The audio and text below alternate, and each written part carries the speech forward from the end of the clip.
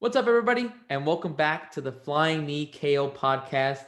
My name is Victor Vasquez. Yes, it has been a long time since I have put out an episode. It's probably been like about 3 months.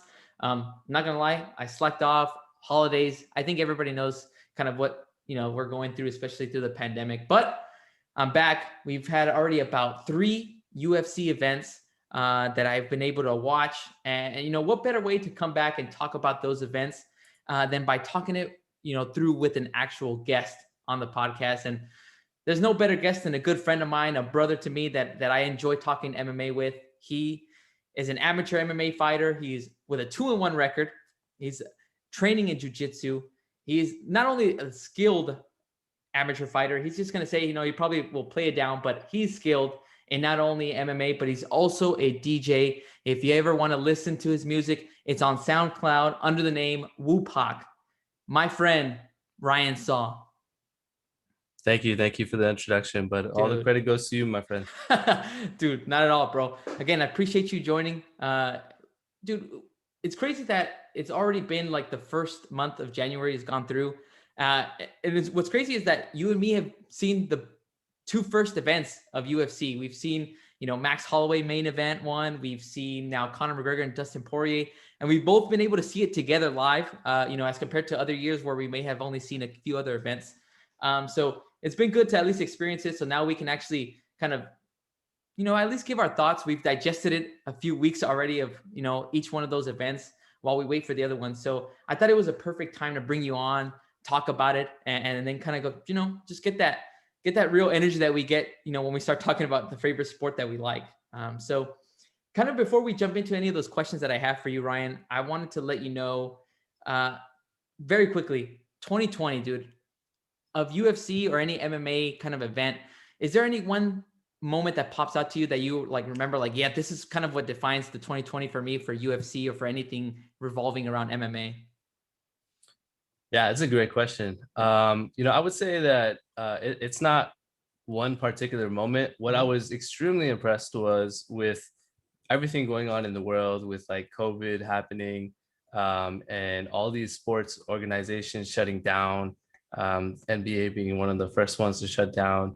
And then, the sports after that kind of followed very closely after, was how the UFC responded to COVID and still being able to put on events for the fans and literally building an island, the fight island that they had talked about, which everyone thought was a crazy idea. Like, are you really going to put a bunch of people on this tiny island just so that we can watch fights? And Dana and company pulled it off, man. And that was amazing because during that time nobody's watching any sports. Everyone was concerned about what's going on in the world with COVID, and people are staying at home, and there's really not much to do. So when I heard that UFC was actually going to have events, and we actually got to see some really good events, I was super ecstatic, and the way that they pulled it off, without having too many, surprisingly a low number of COVID, like, what's the word, dropouts, not dropouts, but events being canceled because of COVID, was a lot less than I was anticipating. So that was great. The other thing was that a part of that, or connected to that, is being able to watch events without fans, which was a whole kind of different experience. And I know you and I have talked about that to some degree. Oh yeah. And what is kind of your preference on that? So I remember when I first had you on, it was like the beginning of the pandemic, and we were thinking like, okay, how is it going to be? Because obviously, when you think of like some of the best fights that you've seen in the octagon or anything like that, the first, you know, I know for me, I don't know if it's the same for you, but for me, the rush that I get is always the fans just cheering at the top of their lungs, going crazy. Whether it's whatever fight that we've seen that's gone either 5 rounds, like Gastelum versus Adesanya is always the one that I always remember in Atlanta, Oh, because everybody was going crazy because it was such a back and forth. And then leading into that main event was Dustin Poirier against Max Holloway, and then the crowd just went even crazier. And I always feel like, oh man, without fans, it's just not going to be the same. But I'm gonna be honest with you, I said it the first time, and I'm gonna sound like a broken record, but I actually preferred it sometimes with no fans, because you got to actually feel, not even feel, but just really hear the actual and physical contact of not only the punches, but dude, of the leg kicks, of everything that would hit to the body. It was things that you would normally never hear in at a UFC event that's completely packed with 20,000 or more fans. So to me, that experience what actually made me prefer it more. You got to even hear some of the coaches too, what they're calling out to their fighters. And then it's almost like another mental game too, because now both fighters can actually hear what each corner is talking about. So it's like, okay, should I be listening like that, or should I really just be focusing on what my game plan is? So Yeah. I'm totally with you. What the UFC did was incredible, and this is why I have you on, Ryan, because that is exactly the type of answer I wanted to hear. Not like me. My answer was basically going to be Joaquin Buckley's knockout, dude. That was the one moment of Oh, 2020 that blew hey, my I'm with you mind. there as well, man. That was what I was saying. But see, this is why, dude, you're the man to ask these questions to, because you're right. Overall, you just got to give it to the UFC for putting on event after event. It was amazing year, even through a pandemic. But yeah, man, I'm totally with you. Now that I've kind of gone through those specific events, we've gone through 2020. I do kind of prefer there to maybe be fans, because I can already imagine how how much more of a moment would have been for Poirier, for example, getting that TKO victory over Conor that we will be talking about later on. But there was about 2,000 fans that we saw when we were watching it live. But imagine if it was 20,000 like that, going crazy for that. I feel like that moment would have been even more viral than it is. So I'm totally Yep. with you on that. What about you? How have you felt now that you've seen almost like, let's say, I would say almost maybe 20 plus events without fans? What do you think about that? Yeah. No, I'm 100% with you Yeah. as well, man. It did give a different kind of vibe to each of the events, especially being able to actually hear what the coaches are saying, and the fighters kind of reacting to what their coaches are saying, or maybe just completely ignoring their coaches and listening to the commentators instead, who are providing their coaching advice inadvertently. But that was an interesting thing. I think for me personally, I enjoyed both. I know that's a cop out answer, but I enjoy hearing the energy of the crowd, especially when somebody gets knocked out.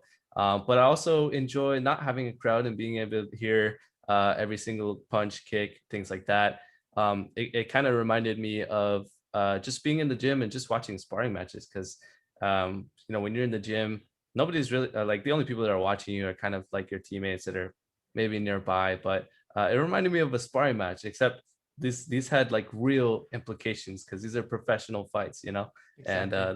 that was something that was interesting to me.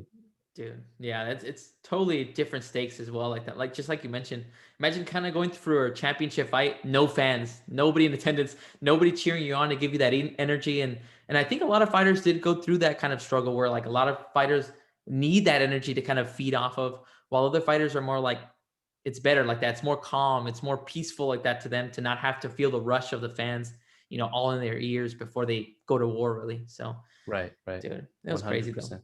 Yeah, man. But I mean, dude, great answer for 2020. That's again, props to you for giving that answer. Again, good job to the UFC for kind of putting on the great show for the complete year, even through the craziness that was the pandemic. Dude, let's move on. We talked about 2020. I want to talk about 2021. Like I just mentioned, you and me have seen the two biggest events already of this 2021 year. So let's start off with the first event. We had Max Holloway against Calvin Kattar. It was a first UFC event on ABC. So it was already special. It was a grand event, and they had it topped off with Max Holloway, who's loved by millions of people. Off the top of your head, dude, now that it's been almost a month since we've seen him and his performance, what did you think of how he performed against Calvin Kattar? I don't think enough can be said about his performance, man. I think everything that could be said has been said out there. I think I'm in line with what DC said, in terms of that was the one of the single most dominating performances that I've seen. Yep. And definitely, like, Max is on another level, man. That was more impressive than his dismantling of Brian Ortega, in my Yep. opinion. He did get tagged, and I feel like it was a little bit closer than the scorecards had kind of put, because he did get tagged, which he usually does in his fights. But the thing I love about Max is that he always fights with a sense of confidence, even when he's down. You know, he did so in the Poirier fight. Uh, he did the same. He pretty much does the same every fight, and that's one of the great things I love about Max. But specifically in that fight, I thought it was a great performance and probably his best one. Dude, you mentioned going to seeing those once in a lifetime performances. Like the first ones that come into my head are like when when Cody beat TJ, not TJ actually, Dominic Cruz for like the bantamweight title. How he was almost like in a flow state where he was just Yeah, unstoppable. You being an Anderson Silva fan, I'm pretty sure there's many examples of him just being in a state where he's untouchable. That's kind of how I felt Max was for his performance.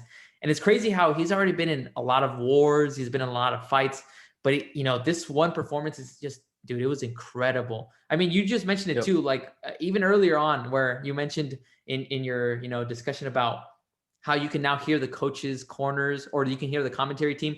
I mean, the guts that Max Holloway had to not only at the fifth round throw no look jabs, but then also talk to DC as well like that, letting him know that he's the yeah, best boxer in the UFC, the best striker.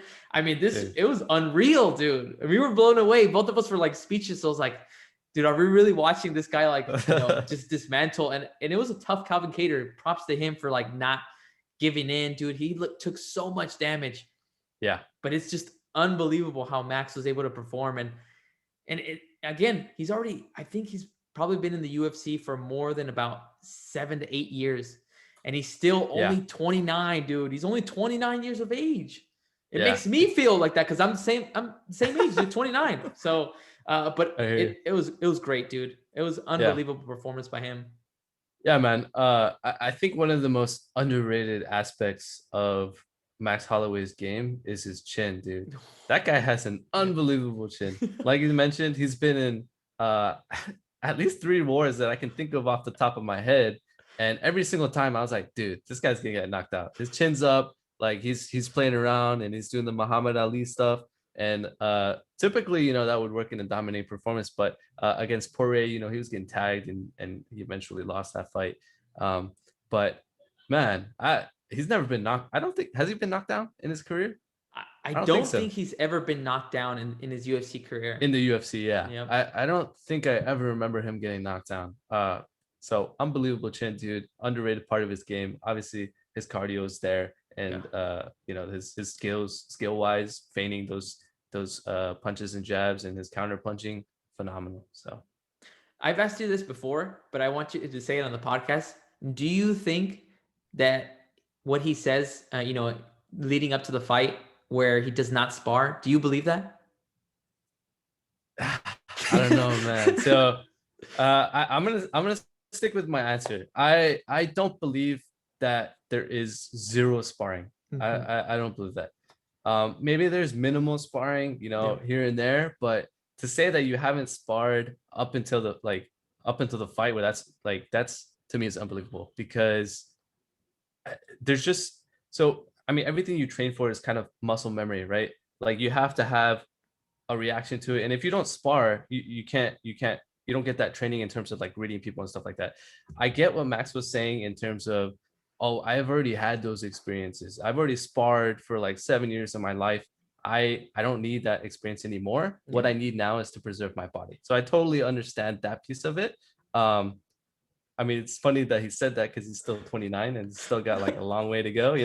But um, I still think that there was some degree of sparring, maybe not a full camp of like in a typical full camp. I'm assuming fighters spar once a week just to preserve their body Mhm. and to also sharpen their skills. And then the rest of the days they're like training, doing cardio, strength training, or drills. Um, but yeah, man, it's just for him to perform at that level and look that fresh. Maybe there's some truth to it, but Yeah. I honestly feel like that there was some sparring involved. But who am I to say? What Follow about up you? to that. Follow up to that. Well, for me, I'm under the impression that he probably knowing him, and also because I've seen a lot of his interviews where I think he's even told like Joe Rogan. I don't know if you've ever seen this one, Ryan, but like I think he even said that he would use the UFC game, the video game, to learn how to do different strikes in the cage. I thought it was a joke, but knowing how he is and how wild and like sometimes reckless he could be, I can totally see him doing that kind of stuff. So I'm like, if I'm totally with the idea of preserving his head, his body. So if it's working for him, I believe it, dude. He's not sparring, bro. He's like, and I can get like, that could be also a mental part of it. Like maybe just kind of fooling your opponent. I guess follow up to that for you, let's say you get back into training, you're getting ready for a fight. Would you ever go for a specific training camp with no sparring, Ryan? Could you do it? Me personally, no. No. I don't think I would. I think I would need the sparring because it's different, man. It's like the difference between reading about stuff in school and having the theory, but if you don't actually have the practice in real life, then I feel like it doesn't do you any good. The reason why Max is able to pull it off is for the reasons I mentioned earlier. Is like he's already had that experience. He's been training since he was like a young kid, and he's been fighting professionally for so long that maybe he can pull it off. But for someone like me personally, who's just an amateur and hasn't fought in forever, I definitely would need the sparring. Nice. Well, dude, one thing's for sure, we know that Max is super skilled, dude. That thing's for sure. Kind of leading into this discussion about Max, we saw him get a victory over Calvin Kattar, like we were just talking about. He put on such a great performance that I wanted to ask you, Ryan, what do you think is next for him? A lot of people are already saying that he should go for the title one more time. Okay. We see that Volkanovski is actually going to face off against Brian Ortega. So that's the next title matchup. But what do you think? What do you think should be next for Max? If Volkanovski wins, do you think he should go for it for a third time, a trilogy? Or should it be like another matchup just to kind of wait for that title? Yeah, great question. For a second, I thought you were talking about Calvin. I was like, oh no, should he get a tough shot? I was like, no, but for Max, dude, I am 100% on board with him getting that third title shot, and I don't think many people would be opposed to it. To be honest, it's not one of those kind of back and forth rubber matches where like one person has been dominant most of the time. It's not really a big draw at that point. But I'm on the I'm a big Max fan, so I'm a little bit biased, but I feel like he won the first fight, and I feel like he convincingly won the second fight. That's just my opinion. And so because of that, because of how close it was and it wasn't a knockout, and because of how Max has performed in that last fight, I think he deserves the next shot, man. And I think a lot of people would agree and think that he should get the next shot. No, I'm with you. I think he's the clear number one contender. It was made clear with that performance, and so that kind of how he was able to put that output. I think he broke records for the most strikes landed, for the most strikes thrown against Calvin Kattar. That kind of a performance, there's no way you can quiet that down, dude, and say, you know what, there's another guy that's better than this. I even think that most of the division at featherweight for the UFC consider him like the bar really that has been set. And so I'm totally okay with him not taking another matchup until he gets that title shot, because I want to see Volkanovski versus Holloway again. No disrespect to Ortega. Featherweight goat. Exactly, dude. Yeah.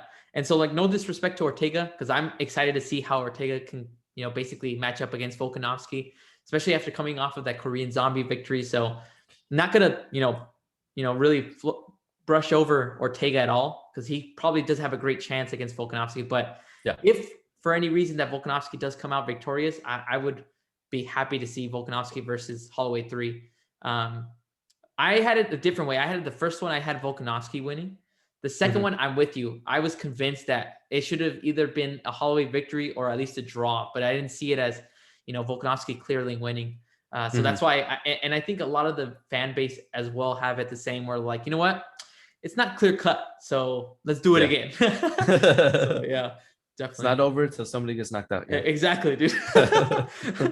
Awesome. All right, dude. Well, we talked enough about Max. Let's give some shine to other guys here. So why not move on to Dustin Poirier, dude? Dustin Poirier against Conor McGregor was the headline for UFC 257.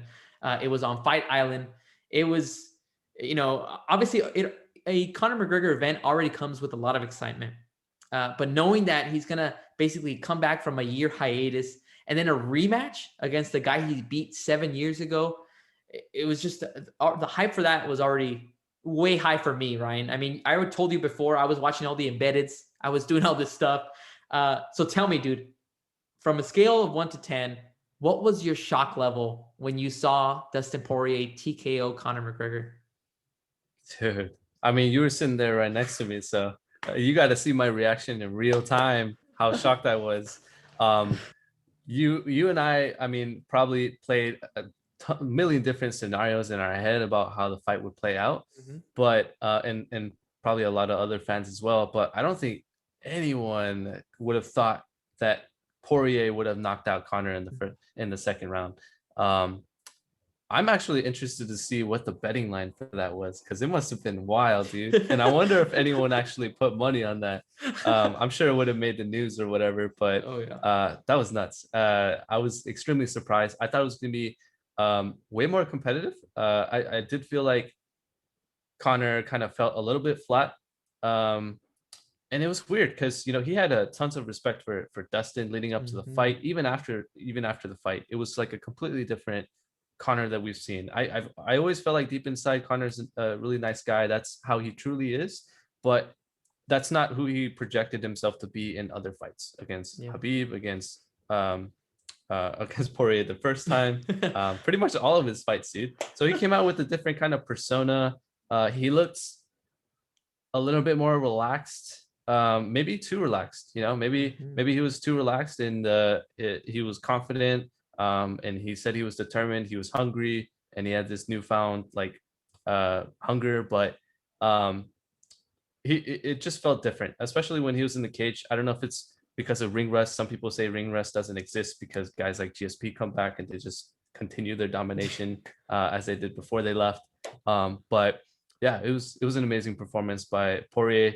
I love both those guys, so can't be sad about any of the results.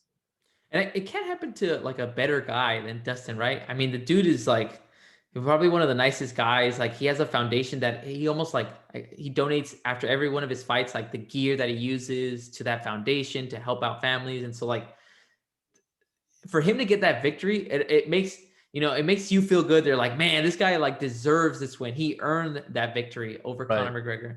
And so it was great to see. Yeah, man. And he's I mean, there's no if you were to look up like UFC underdog, I'm pretty sure that Dustin Poirier is the poster child for that, dude. Nobody was more of an underdog than this guy. He's been an underdog in like most of his fights, I think. Yes. But it's amazing, his story. I mean, he's like one of those kind of American dream kind of proofs where if you really put the work into it and work hard, even if you had failures in your career early on, then you can make it happen, man. And he's living proof of that. The dude, all the cliches, bro. He has them all, dude. Like that. It's all him. Yeah, exactly, man. I'm just curious to figure out. And sorry if I'm going off topic, but I'm curious to figure out like what happens next with that division, because Habib's been pretty silent. I don't know what's going on with that. Dude, like if the dude's gone, if the dude's retired, dude, give Poirier the belt, man. He deserves it. To me, that was the title fight. If Habib is really gone. Justin Gaethje doesn't have a fight lined up, I don't think, right? No, he does not. Not at the moment. Yeah, he doesn't have a fight lined up. He just lost to Habib as well. I mean, everyone lost to Habib. Good point. Like the top 10, bro. Top 10 is pretty much Habib's like his UFC record of wins. But yeah, man, I honestly feel like he deserves it. But I'm not the UFC, so I don't determine whether he gets the belt. But that's how I feel. I guess follow-up question to that. Do you think the UFC messed up for not making it a title fight and for relying too much on like, okay, maybe Habib can come back like that? Do you think they might have like maybe just messed up that situation? I honestly feel like they did. There's a ton of different ways that they could play it, and none of those happened. Like they could have made that fight at the very least maybe like an interim belt and put like some kind of emphasis on that event. that could potentially line up a rematch with Khabib, right? And then if Khabib never comes back, then interim belt automatically gets moved up to champion. But now, like Khabib said he's not coming back, and that fight, I mean, I guess was for number one contender. But now they're in a weird situation where they have a number one contender, but they don't have a champion. Or I'm not sure what's going on. So there's some weird stuff going on there. Definitely. No, yeah, I'm with you. Yeah, I feel like that should have been at least for the interim title. That way it makes things a little bit more understandable for fans. We're like, okay, either what's next for Dustin is another rematch against Khabib, or they basically unify those titles and make him the crowned king of that lightweight division. How would it make you feel if they just gave him the title? Like, let's say Khabib officially relinquishes the title. Would it make you feel like at least like not like a bad taste in your mouth, but would it be like, oh, let's give Dustin this title now? Would that kind of have any kind of effect on you? Would that be okay with kind of what you feel about titles in the UFC? Yeah. Yeah, I honestly feel like Dustin, that should have been a championship fight, to be honest. Who's Dustin's last fight prior to McGregor? It was Dan Hooker, right? Yep. That was an amazing fight. Yep. And then prior to that, he lost to Khabib. Yep. And he beat Max, dude. He beat Max. That guy has one of the most impressive resumes out of anyone in the light division. I would put him actually above Conor. Yeah. And I say that because from a sport perspective, that guy has more impressive resume. He's beaten literally everyone except for Khabib in the lightweight division. Conor, he has that superstardom power, and it's kind of like that, that sport versus spectacle kind of thing that the UFC is kind of go for, right? Like Conor has huge drawing power. He's obviously going to get the main event, whether he loses or not. And he's lost a lot of his recent fights, including ones that were outside the UFC. So he's a huge draw. But honestly, in the UFC rankings, Poirier is, like, in my opinion, the second best lightweight in the world. Definitely, dude. He's the uncrowned king, dude. That's why I wouldn't mind. I wouldn't mind if they just gave him the title. I'm pretty sure a lot of fans would think it's weird just kind of giving him the title and making him champion. But how my thought process of that would work is that, like you said, that fight against Conor was for the title. He's the uncrowned king, so his next fight should be a defense, really, of that title. Because, I mean, Khabib looks like he's not coming back. It didn't seem like anything impressed him that night from Dustin or from Michael Chandler. So I would be totally okay with giving him the title. I guess this kind of leads into like what I wanted to bring up next. You started talking about it. I want you to be matchmaker, Ryan. I want you to think, okay, what is next for Dustin Poirier? Who's he going to face off against? Yeah, for Dustin, that's a tough one. There's still a lot of really good lightweights. Justin Gaethje, Charles Oliveira, like those guys don't have fights lined up, right? So yeah, Charles Oliveira doesn't have anybody lined up. He's on an 8-fight winning streak. He's basically the dark horse of this division. Yeah.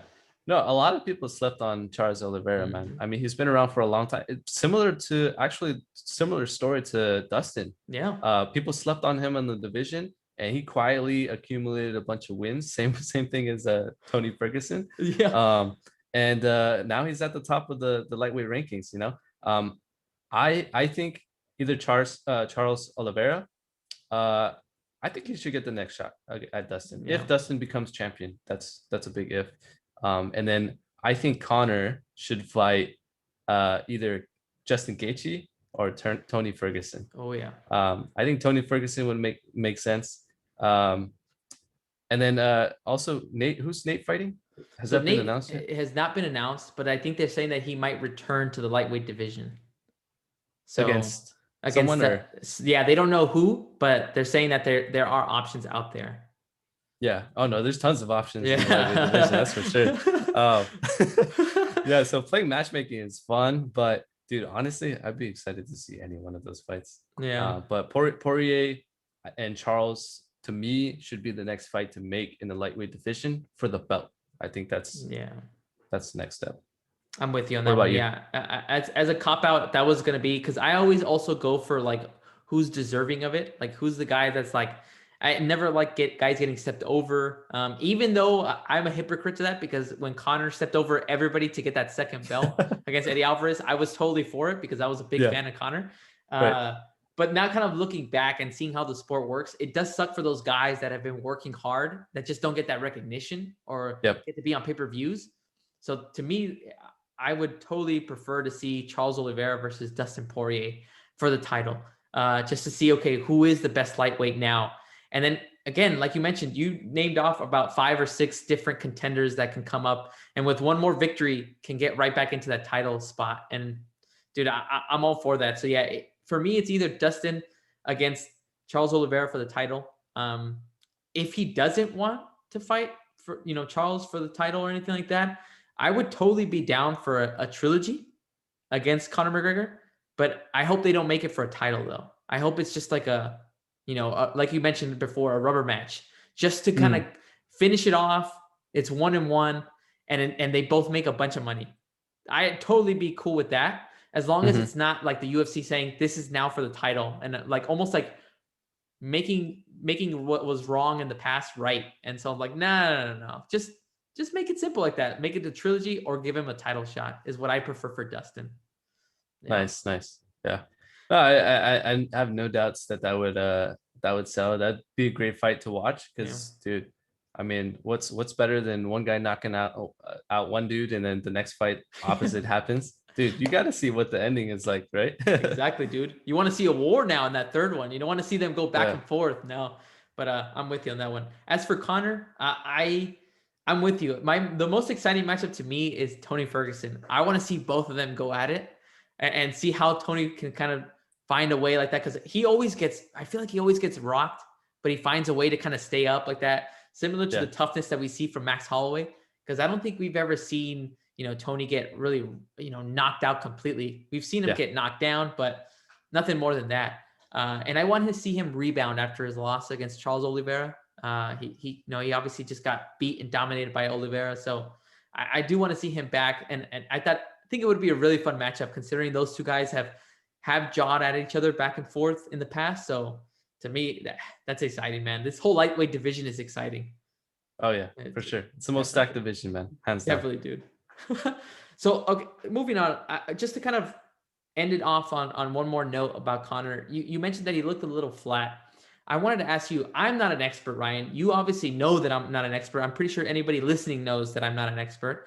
But I felt like his stance was like a little different. Again, I'm not saying I'm an expert. I'm just saying, just me viewing it in my living room. I thought that it was a little bit different.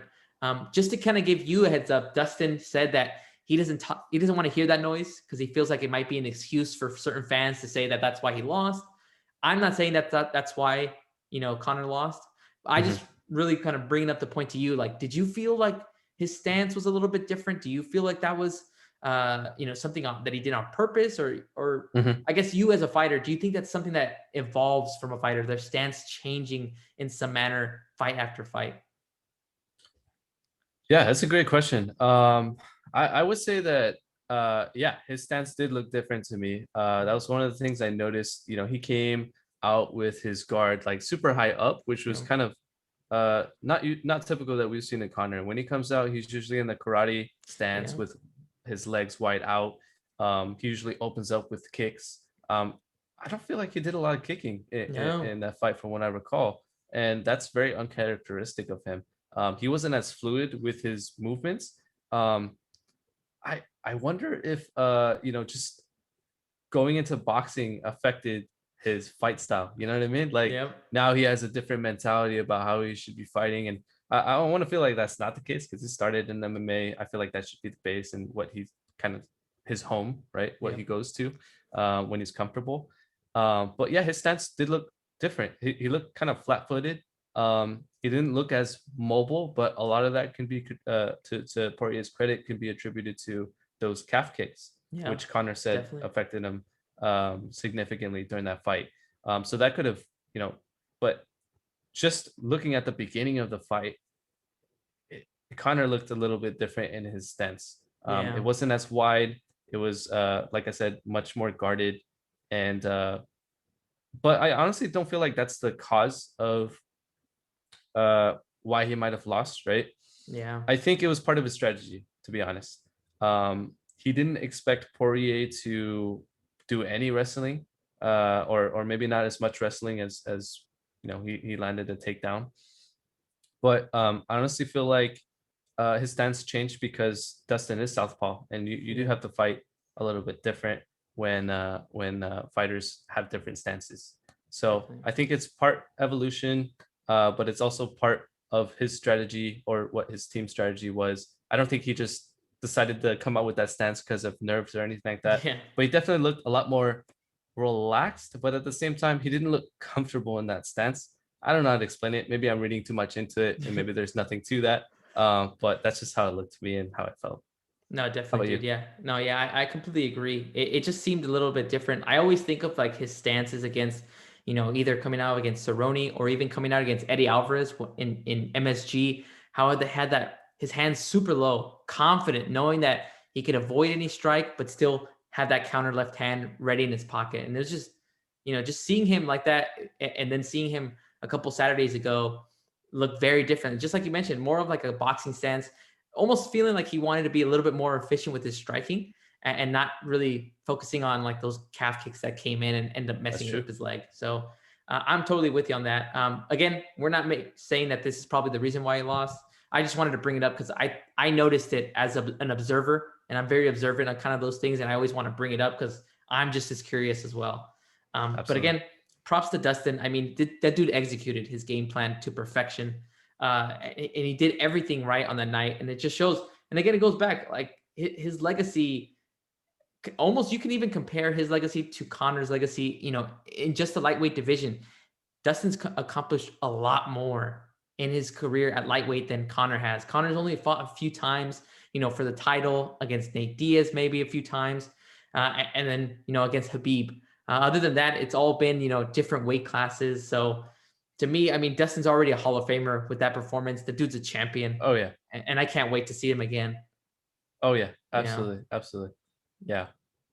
dude. Well, I mean, we talked enough about Dustin Poirier, Conor McGregor, dude. I wanted to change it up a little bit. Still on UFC 257, but it's the co-main, dude. It's the newcomer making his UFC debut, Michael Chandler, who came from Bellator. He was a former lightweight champion. Now he's in the most stacked division that Ryan just mentioned right now. And what does he do, dude? He knocks out Dan Hooker in, I think, about a minute and a half with a sick right hand, and it just completely just wobbles Dan Hooker, and he finishes him off. Dude, what did you think about that UFC debut for Michael Chandler? Dude, I think you couldn't ask for a better first or UFC debut. Yeah. I honestly haven't seen much of Michael Chandler Yep. before this fight. Um, and I didn't really know much about him, but I knew that there's a ton of hype, and there's a reason why that he was given the co-main event against a top five lightweight, right? Yep. But man, super impressive performance. I understand that he has a foundation in wrestling, and historically, wrestlers have had a lot of success in the UFC, a lot of success. Like they end up becoming champions, and dude, Habib, GSP, Kamaru Usman, Yep. dominant performances. Not the most flashy, not the most crowd pleasing, but it gets the job done, and that's honestly, I hear it time and time again from when I was training with my coaches. Wrestling is probably the most important foundational base that you can have for MMA, because Yeah. positioning is so important. Not only that, but having the ability to take away someone's movement, and yeah, I mean, just wrestlers have been historically very dominant. So I feel like he's going to do well in the UFC, and for him to get a knockout and not ground and pound, even more impressive. I hope he keeps that up. uh I, to me, that looked like kind of like almost felt like a Woodley performance. Woodley is Yeah. known for or he's not known for his wrestling, but he has a great foundational like wrestling base when he came into the UFC. But he was knocking guys out left and right because that dude just Yeah. had bombs in his hands, right? So that, yeah, I feel like he's gonna do well in the lightweight division. but we'll see in this next fight. I feel like the next fight is going to be a true eye test of Michael Chandler, because we only got to see what, a Almost minute like a and a minute half. and a half. Yeah, a minute and a Yeah, half. a minute and a half of him in the UFC. Very impressive performance. Excited to see more. It was almost a great teaser too when we were watching it together because we were both curious as well. I'm with you. I've seen highlights of him. I saw his last performance against Benson Henderson at Bellator. Ended up getting a knockout there. That was his last fight at Bellator. So I knew that he was explosive and he had power, but I'd never seen him, again, like we've seen Dustin or we've seen Conor in their careers. Just seeing him be able to knock out Dan Hooker, a guy who we've talked about him already, went 5 rounds against Dustin Poirier. He went against Edson Barboza. He's fought a bunch of guys in the lightweight division. We've never seen him get knocked out, and he did it in a minute and a half. So, I mean, there's no better way to enter the UFC than with a knockout victory. And what I appreciated more is how well he spoke on the post-fight interview with John Anik. I think he hyped me up even more because of how he was really like articulating his stuff. He was just calling out Dustin. He was calling out Conor or even Habib. He was like, I'm not here for a long time. I'm here for a good time. It was perfect. That was a great way to come into the UFC and introduce yourself, especially for a lot of fans who don't watch both organizations. I thought it was beautiful. It was a great performance. And I think he just set himself up for like you mentioned, a great matchup. To me, which is my follow-up, what I wanted to ask you is who do you want to see him next against? Like you mentioned, he's beat a top 5 guy. So, I mean, you have guys like Justin Gaethje, you have Nate Diaz, you have Oliveira. Who do you prefer Michael Chandler to face off next? Yeah. What is he? Is he ranked right now after that fight? I believe he is. I believe he's either 5th or 6th because he took Dan Hooker's spot. Oh wow. So that's how it works, huh? Yeah, definitely. That's how those rankings work, bro. You beat someone, you take their spot. They move back down to where you were. That's crazy. Already 5th or 6th. That's crazy. Okay, so yeah, man. I think for right now, I can't think of an opponent for Gaethje because he's coming off a loss. Yeah. And I think that would be a great matchup actually. Justin Gaethje versus Michael Chandler, and Gaethje has really good wrestling too. Yeah. But he's a scrapper, so I feel like that'd be a great fight to make, and it'd be a barn burner, and I'd 100% watch that, dude. Dude, thinking alike, dude. Great minds think alike, because that was exactly where I wanted to go down too. I think because of how violent both of them might be too. I mean, we've seen Gaethje go into crazy wars with Eddie Alvarez and Dustin Poirier. Dude, could you imagine against Michael Chandler, both of those guys, like, oh man, going for the knockout. I love it, dude. I love that matchup. So I want to see that. I don't know anybody else that, obviously if he wanted to go against Dustin Poirier, that would be an interesting one too, again, because 2 guys that, again, Chandler coming in and trying to make a name for himself and try to get a title shot immediately after his second fight seems a little weird. But I would want to see how he matches up against a guy and a boxer as skilled as Poirier. So those are my 2 options. Yeah. But yeah, great performance by Chandler. Dude. I have a question for you. Do you think Chandler so let's say Poirier gets the belt. Do you think Chandler's deserving of that title shot? Ooh, just off of one victory over Dan Hooker? No, I don't think he's deserving. I feel like he needs one more. And even that, I want to, obviously pedal it back. That one victory also might have to be just as spectacular or something convincing. Like a 5-round win or decision. Yeah, it'll keep you at the top 5. But if he knocks out Justin Gaethje in 1 round, 2 rounds, to me, there's no question he deserves that next title shot. That's how I think it. What about you? 100% with you, dude. Yeah. If he knocks out Justin Gaethje, bro, give that guy a title shot immediately. He deserves it, man. Definitely. Awesome, man. Hey, well, I wanted to kind of just ask you one more question in regards to the future. I mean, we've already talked about, to the extent we could about Holloway, about Dustin and Conor. Now I want to see your thoughts on the horizon of what's coming up next. And what's coming up is, I mean, dude, it's really good. I think it's probably one of the best lineups. I'm looking to the side just in case anybody's looking at me to see the lineups that I'm going to name off to Ryan. But the next couple of pay-per-views are going to be intense. So Ryan, I'm going to name off a few matchups.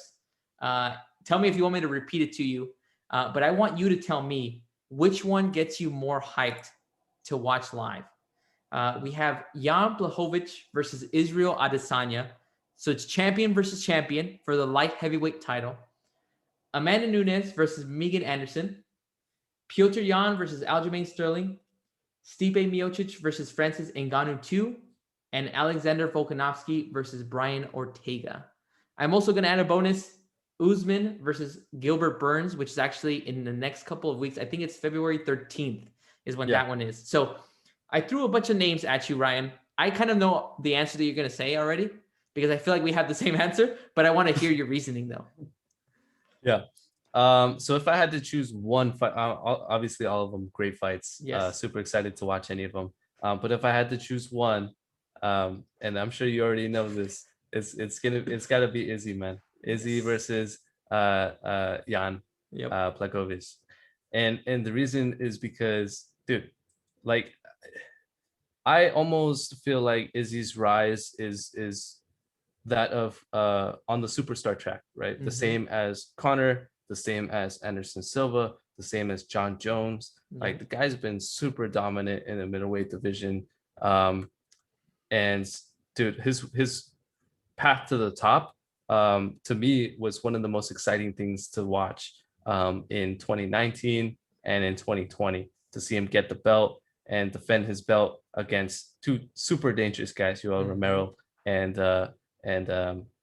Paulo Costa, which we also watched together. That was an amazing fight.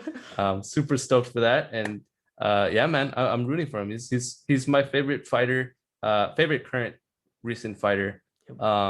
And I'm excited to see how he does in light heavyweight, man, because that's a big jump. That's a big jump. It's no joke. 185 to 205, that's 20 pounds difference, which is a lot more kind of leeway than it is from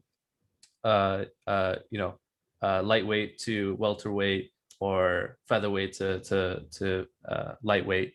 Exactly. And I'm curious to see like how he looks. Is he going to be a lot slower because he's going to have to put on a lot more mass to compete with some of the bigger guys? I mean, dude, Jan looks huge, man. That guy looks like a monster, bro. That guy looks like he should be a heavyweight. I don't know how he makes light heavyweight. So I'm very interested to see, because this is, I mean, Paulo Costa is a beast. Like the guy's huge. A lot of people didn't think that, you know, a skinny black dude could beat someone like Paulo Costa, who's like just jacked to the gills, probably on roids, you know, who knows. But Jan is next level, dude. Jan is next level, and just curious and super excited to see how that plays out, because depending on the outcome, that could line up one of the fights that I'm like praying for is John Jones versus Israel Adesanya, bro. I have to see this fight. So I'm rooting for him, and that's the fight I most want to see. How about you? Definitely. Yeah, I mean, it's going to be a cop-out. Me and you, I think you already know my answer to this one, because I'm the same way as you, and I think same way. Izzy is just one of the most exciting fighters to watch in the UFC. I think even if it's like a moment where like you're trying to introduce somebody new to the sport, I feel like you would have to show them highlights of like Israel Adesanya like that. There's got to be something included about him, even if it's a little clips of him just kind of like, that little stance that he did against Anderson Silva, where he told him to, basically just bring it on like that. It's just stuff like that. I feel like he just brings so much excitement to the sport. So to me, the most exciting matchup for me is Jan Blachowicz versus Israel Adesanya. Same things you mentioned. The only thing I'll add also is dude, I love seeing champion versus champion. I love the stakes like that. Obviously, there's more at stake maybe for Blachowicz because he's trying to, again, defend his title, whereas Izzy's not going to lose his middleweight title if he loses. But he does have an undefeated streak. So he hasn't lost in the UFC or in his MMA career. So I love stakes, and I love when there's champion against champion. And he has a chance to be, again, I think the 5th person to ever hold 2 titles at once. I guess follow up to you on Izzy kind of moving up 20 pounds. You as a fighter kind of, obviously having that kind of experience in training, do you think it's wise to try to go up to that limit exactly to try to hit that 205? Or do you think he'll come in like light, what's your kind of thought process on that? Because you did bring up a good point earlier of like, you know, is his, you know, power going to transfer from middleweight to light heavyweight, or is everything going to transfer that his, you know, obviously his skills are, but what about the speed, which is his biggest factor? What do you think about that? Do you think he reaches that limit, or does he try to come in lighter? Yeah, that's a tough question to answer, Yeah. just because we see fighters in the cage. Obviously, everyone weighs in at that same weight, right? So Yeah. if you're a middleweight, you weigh in at 185.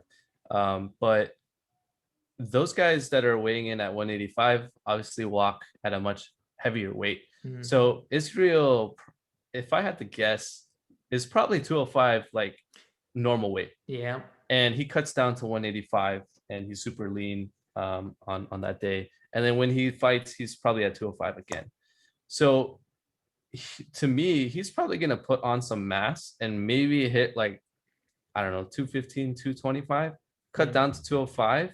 Um, but you know, it's not gonna be much of a cut for him, because that should be super easy, because you should have no problems making weight. Exactly. Considering that his body, that's probably like the extreme of where his body could go in terms of heaviness, if we're talking about just like muscle mass.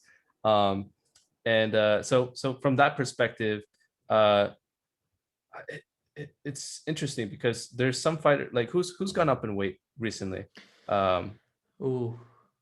Let's see who has gone up in weight. I think other than maybe like the only things I can think of are maybe DC going up from light heavyweight to heavyweight. We've yeah, seen. I mean, I feel like I have more examples of people going down, like Josie Aldo going from 145 to 135. that's true. Um, Connor's a good example. Connor's a good example. Yeah, yeah, Yeah, Connor went up to welterweight. he His did. power, his reach did not translate. Right, Hmm. Nate was taller. He was stronger. He had better cardio, because that is Nate's natural kind of. It's not his natural body weight, but that's the range of which his body is most efficient, I Yeah, would say. So for me, I don't know if Izzy is more efficient at light heavyweight. I mean, probably most efficient is at middleweight, but I yeah, don't know if that range extends to light heavyweight, or if it would be more efficient moving down. You know, yeah. like his cardio would be better and that such. So that's what I'm most interested to see. Um, I don't know if in his kickboxing career he's ever fought at light heavyweight. Uh, I'm not sure from that perspective, but yeah, that's what most intrigues me the most. Nice. Yeah, dude. That's how I'm always curious too. Is when a guy moves up, is that what's gonna kind of translate? What's gonna move up with him, and what's gonna basically stay? Um, uh, that's what I was always wondering too, because like you mentioned, Izzy's frame is just always lean like that. So he's even at 185, he doesn't look like he has to pack on that much muscle, and it's just again trying to use his speed against his opponents. So that's why I'm always curious. I'm like, is he gonna hit that 205 mark, or will he come in like almost like 198 or 200 exactly? Maybe be 5 pounds off. I don't Yeah. know, but that's kind of what makes me think about like what's going to be his thought process. Is he going to try to put on too much muscle, or is it more of just keep doing the same game plan and just add on the extra couple pounds? But I can't Yeah. wait to that. I I can't wait for that matchup. yeah, I for sure think he'll make the weight very easily, and Yeah, he might come in under, but that's because he has more a tougher time putting on more mass. exactly. Um, and his body type is very similar to Anderson Silva. Anderson Yeah, Silva is a great example, because he moved up from middleweight to light heavyweight for a couple fights, and Silva looked the same, dude. He just looked a little chubbier. You know, he didn't look like he put on much mass. So that's yeah. kind of what I'm expecting from Izzy too. Like he might make that 205 limit, but I think if you look at compare the two guys in the cage, Jan and Israel, there's going to be a considerable size difference. Yep, exactly. Dude, I cannot wait. Dude, that one I believe is gonna be in March. It's gonna be insane. I believe the end of February or early March is when that fight is expected to happen. We got to Um, watch that one together, bro. dude, we have to. I mean, it's already right now, dude. This is the where we're setting it up right now, dude. We have to watch it because we've already seen him against Anderson Silva. We've seen him against Paulo Costa. I want to see the same look that you had when he ended up knocking out Paulo Costa. You got out of your chair. It was awesome like that. It's just it's always a spectacle to see him fight. Dude, I guess from the list that I also mentioned, is there a number two that you might have on the top of your mind? I mean, we have like Amanda Nunes and Megan Anderson or Piotr Jan and Aljamain Ooh, Sterling. What about Stipe yes. Miocic? and Francis Ngannou 2, a rematch Yes, sir. that I'm also very interested to see kind of how Ngannou comes back after losing to Stipe a few years ago. Yes, What do sir. you think? Dude, I think you hit the nail on the head. If that was your number 2, that's also my number 2. Yeah. It's Stipe versus Ngannou. Yeah. Out of that list, dude, second most one that I'm excited for. Stipe knocked out DC, bro, and DC is considered probably like either the heavyweight or light heavyweight goat. I don't Yeah. know, whichever category you put him in. He's been Probably everywhere. both. Yeah, probably both. Yeah. Or light heavyweight probably goes to John Jones, but Yeah. yeah, man. I mean, that fight super intriguing. Ngannou's been on a tear since he lost and been knocking guys out left and right. Similar to he had the same kind of momentum as he did the first time he got the title shot. That's super impressive, dude. Not many guys can string together like 2 title runs like that. You know what I mean? So yeah, man, super excited to see that. I'm sure there's gonna be fireworks, and Stipe has looked sharp as ever in his last fights. So those both guys have improved significantly since the first time that they fought. I don't even know what's gonna happen, but I'm excited to watch it. Dude, it's crazy, because I think, like you mentioned, the couple of victories that Francis Ngannou has had since he lost to Stipe Miocic, I think he's been in like 4 fights. I think they've all been KOs, and I think the combined time is, I think, 2 minutes. So he's only been in the octagon for 2 minutes in 4 different fights. So Unbelievable. it shows you how much, dude. To me, I've said it before on the podcast. The dude is the scariest guy in the UFC to me. I am always 100%. gonna remember that knockout of Alistair Overeem. How he just bends his neck back, dude, and it's just like it was unreal, dude. So I'm with my you boy on that one. Overeem. Yeah, dude, Overeem. Yeah, Always on the receiving end of those highlight reel knockouts. Yeah, exactly. But he has some of his own. That's Exactly. what makes it weird. Yes. And so, dude, that one actually is not my second one though. I thought we were gonna combine on this one. My second one is actually surprisingly Alexander Volkanovski against Brian Ortega. And so the reason I chose that one as my second is because I was super shocked at Brian Ortega when he got the victory over Korean Zombie, as I think a lot of people were. I think Brian Ortega, after his post-fight interview, said that whoever counted him out needs to learn how to count. Dude, I needed to learn how to count because I counted him out. Now, again, I'm a big fan of his. And it's just not the fact that I didn't think he had no chance against the Korean Zombie. It's just that the Zombie is always, you can never, just always betting against the Zombie is never a good idea because the dude's a savage. The one time he got, flash KO'd was Yair Rodriguez with the up elbow. Other than that, there's been no other moment where you could point to that shows the Korean Zombie having a bad performance. I mean, now he has it against Brian Ortega, where Ortega just puts on a crazy performance, the best striking that he's ever performed after a 2-year hiatus, dude. So that, to me, I think that after that performance is what intrigued me to see how he can match up against Volkanovski. Again, I don't want to brush over Volkanovski because he beat the featherweight GOAT twice. Even though a lot of people don't agree, he found a way to at least convince the judges that, hey, I put on enough strikes and landed enough to show that I can win this thing. So that's who I'm choosing as my number 2. Again, the featherweight division is another stacked division, actually, that a lot of fans, I think, are going to enjoy. Yeah, 100%, dude. I mean, that was my number 3, so we're not too far apart. Exactly, dude. Awesome. Sweet, dude. Hey, Ryan, anything else, man, that you want to talk about for MMA? Anything that you got on your mind? Ooh, what's the next fight coming? Oh, my boy Overeem is fighting. He is, dude, against Volkov. I think it is this weekend. Right? It is, yes. Yeah, it's a Saturday. 6th. Yep. Yeah. What are your thoughts on that? Dude, I'm biased. I want Overeem to win because I really want him to at least fight for the title at least another time. I was going to say one time, but he actually did fight Stipe for the title and he lost. Right. Yeah. But I'm really hoping he can get a victory over Volkov. I mean, I think Volkov ended up beating, I don't know if it was Curtis Blades or Walt Harris. One of those guys he ended up beating. And I apologize for not knowing. I'll probably check it after. But I'm on the Overeem train, dude. I want him to get one more title shot. Will he win that title shot? I don't know. I don't know if he's going up against Stipe or Ngannou. I don't know if his chances are going to be that good. But just to see him at his age get that many victories. I think he's got over 50 MMA fights. It's unbelievable, and I'm on that train, dude, for Overeem. What about you? Yeah, dude. No, once again, we're in sync about how we're thinking. Dude, Overeem's been my favorite for a long time, and dude, ever since I began, even before I began watching this sport in his Strike Force days and Pride days, oh man, that guy was amazing, amazing. He was the Francis Ngannou before Francis Ngannou was Francis Ngannou, you know.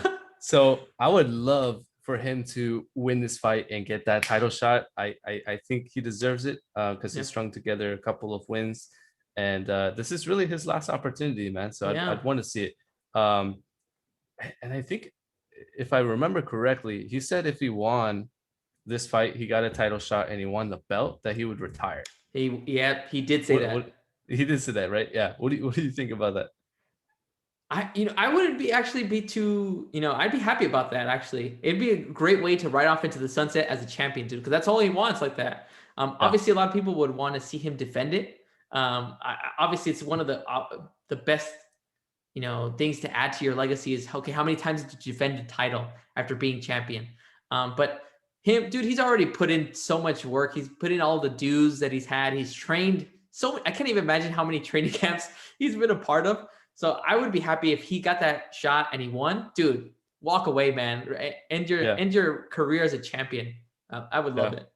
Dude, that'd be the best ending to his story, honestly. Yeah. So hope it happens, but like you, my mind and my logic is telling me, bro, you're gonna be going up against either Stipe or Ngannou, and both of those guys blitzed you the first time. As much as I love Overeem, my heart's with Overeem, but my mind's telling me that it's either gonna be Stipe or Ngannou if he gets past. I'm sorry, who was it? Volkov, against Volkov, Volkov this Saturday. Dude, and then even worse, what if he wins and then he has to face a #1 contender against John Jones, who's moving up to heavyweight? Oh my gosh, dude, that would be the disrespect on Overeem like that night. Let him get a title shot. Putting him against the light heavyweight GOAT as his first. Oh my. Dude. Oh man. You might as well just like cut him from the UFC, bro. It's not happening. Oh man. Hey, Ryan, dude, that's all the questions I had for you, dude. I've been keeping you for a long time. I appreciate you hopping on. Again, it's always fun talking MMA with you. Hope I've told you in the past, I want to have you on more often. If you're happy to come on, dude, let's make this a weekly thing or a monthly thing after a big pay-per-view, because I feel like the energy we feed off of each other, dude, it's even better, dude. Because talking to myself, dude, is not the same. Come on, it's not the same, dude. Awesome. I hear you, man. No, I'm honored that you would have me on your podcast, man, and always a pleasure talking MMA with you, bro. So yeah, just let me know. Yeah, of course, dude. Well, thank you so much, dude. Again, I appreciate you, Ryan. I'll talk to you after this, but for everybody else, again, thank you so much for listening to the Flying Knee KO podcast. I'm Victor Vasquez. That is Ryan Saw. And hopefully, guys, we'll catch you after the next event to talk more about the UFC and MMA as well. All right, guys, have a good one.